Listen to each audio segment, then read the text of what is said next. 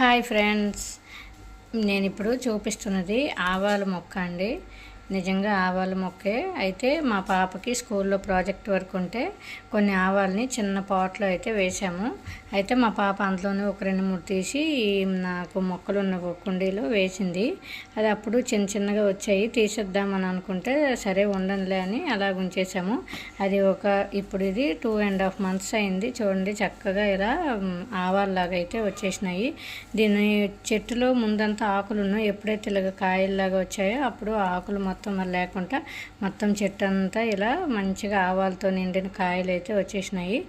ఇవి ఆవాలు కూడా రెడీ అయిపోయినాయండి. నేను ఒకటైతే తెంపి చూశాను, మనకి ఆవాలు ఎలా ఉన్నాయో అలా ఉన్నాయి. కాకపోతే మరి ఇంకా కొద్దిగా టైం పడుతుంది.